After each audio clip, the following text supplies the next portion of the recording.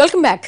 కనీస వసతులు లేవు, ఇంటర్నెట్ సౌకర్యం లేదు, ప్రజల్లో అవగాహన లేదు, పెద్దగా అక్షరాస్యులు కాదు. మరి ఇలాంటి దేశాన్ని క్యాష్లెస్ గా మార్చడం సాధ్యమేనా?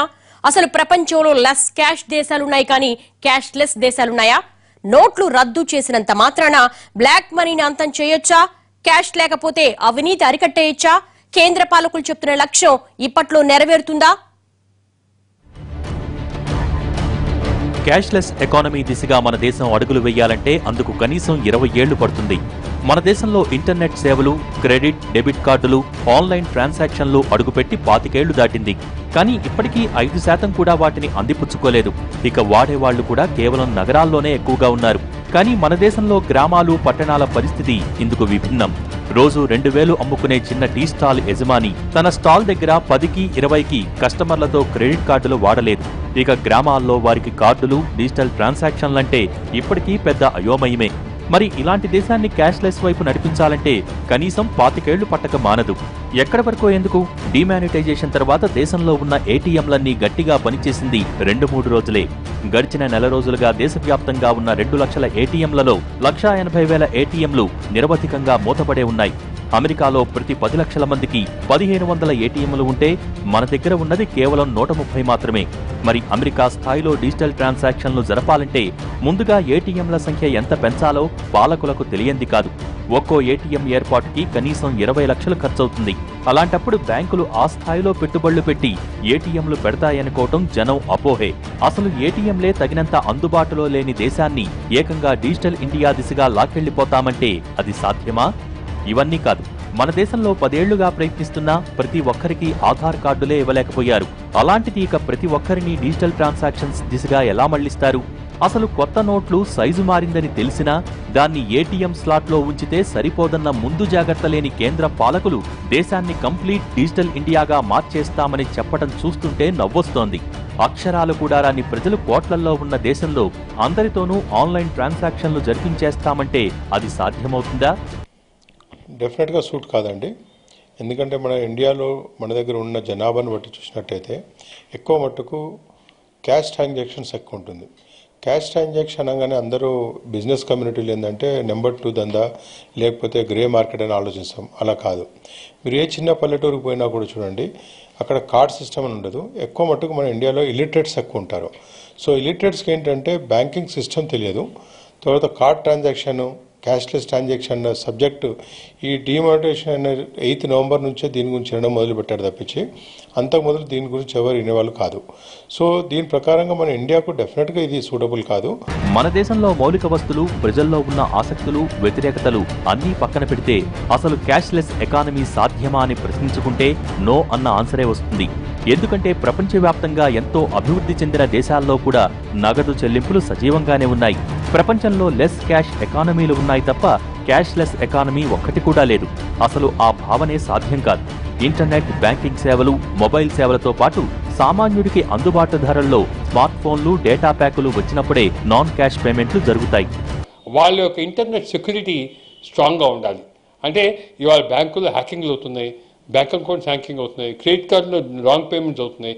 సో బ్యాంకులు తీసుకోవాల్సింది ఏంటంటే వాళ్ళ ఐటీ ఇన్ఫ్రాస్ట్రక్చర్ ఇటువంటి వాల్యూమ్కి ప్రిపేర్ చేయాలి. ఇందాక చెప్పినట్టుగా ప్రిపేర్ చేయాలి. వాటిని సెక్యూరిటీ ఆడిట్, సాఫ్ట్వేర్ ఆడిట్ రెగ్యులర్గా చేసుకుంటూ అవి బగ్స్ లేకుండా, అంటే బగ్స్ వస్తే ఒక అకౌంట్లో పోవాల్సి ఇంకో అకౌంట్కి పోవచ్చు ఇంత వాల్యూము ఐటీలో డీల్ చేసేప్పుడు. సో ఐటీ సిస్టమ్స్ స్ట్రాంగ్గా చేసుకుని ఆడిట్ స్ట్రాంగ్గా చేసుకుంటే అప్పుడు ఇది సేఫ్గా 2-3 ఏళ్లలో మనం మంచి టార్గెట్కి పోవచ్చు నా ఉద్దేశం. ప్రపంచంలో 70% కన్నా ఎక్కువ నాన్ క్యాష్ పేమెంట్లు జరిపే దేశాలు కేవలం 10 ఉన్నాయి. సౌత్ కొరియాలో 70% మాత్రమే నాన్ క్యాష్ పేమెంట్లు జరుగుతాయి. ఇక టెక్నాలజీలో దూసుకెళ్తున్న చైనాలో కూడా ఇప్పటికీ 50% నగదు చెల్లింపులే జరుగుతాయి.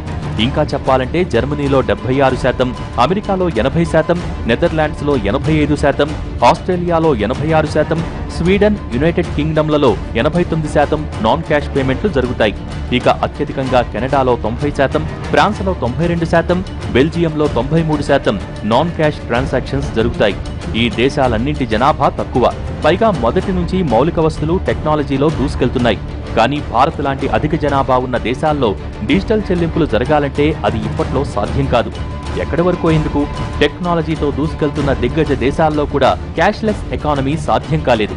మరి కనీస వస్తువులు కూడా లేని మన దేశంలో ఇప్పటికిప్పుడు క్యాష్లెస్ ఎకానమీ సాధించాలంటే సాధ్యమవుతుందా? అమెరికా లాంటి దేశాల్లో చూస్తే 5-6% ఉంది. అంటే అది బాగా అడ్వాన్స్డ్ కంట్రీస్లో 2% లీస్ట్ ఏదో సర్క్యులేషన్ ఉంది. మనం కూడా తప్పకుండా 4-5% ఏం చేయొచ్చు, పెద్ద కష్టమేం కాదు. కాకపోతే కష్టం ఏంటంటే ఇన్ఫ్రాస్ట్రక్చర్ డెవలప్ చేయటం, ఎడ్యుకేట్ చేయటం. ఇక డిజిటల్ లైఫ్ మీద నగరాల్లో విద్యార్థికులకు కూడా పూర్తి స్థాయిలో అవగాహన లేదు. ఇప్పటికీ మన దేశంలో నగరాల్లోనే ఎక్కువ క్రెడిట్ కార్డులు, డెబిట్ కార్డుల వినియోగం ఉన్నా పెద్ద ఎత్తున సైబర్ మోసాలు జరుగుతున్నాయి. ఇప్పటికీ సైబర్ నేరగాళ్ల చేతికి చిక్కుతున్న దేశాల్లో భారత్ కూడా ఒకటి. అంతేకాదు, నేషనల్ క్రైమ్ బ్యూరో లెక్కల ప్రకారం 2013తో పోలిస్తే గడిచిన 3 ఏళ్లలో సైబర్ మోసాలు 350% పెరిగాయి. అందున ఆన్లైన్ చెల్లింపుల్ని హ్యాక్ చేయడంతో పాటు క్రెడిట్, డెబిట్ కార్డులను క్లోన్ చేసి కోట్లు కొట్టేసే ముఠాలు కూడా అదే రేంజ్లో ఉన్నాయి. మంచిదే అయినా కూడా సాధ్యమయ్యే పని కాదు.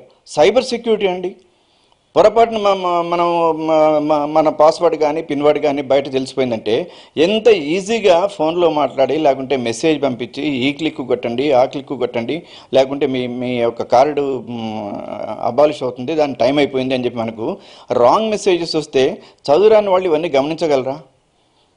కాబట్టి సైబర్ సెక్యూరిటీని ఇంప్రూవ్ చేయకుండా, పావర్టీని తగ్గించకుండా, నిరక్షరాస్యతని తగ్గించకుండా క్యాష్లెస్ సొసైటీ అన్నది మాత్రం ఇప్పుడిప్పుడే వచ్చే అవకాశం లేదు.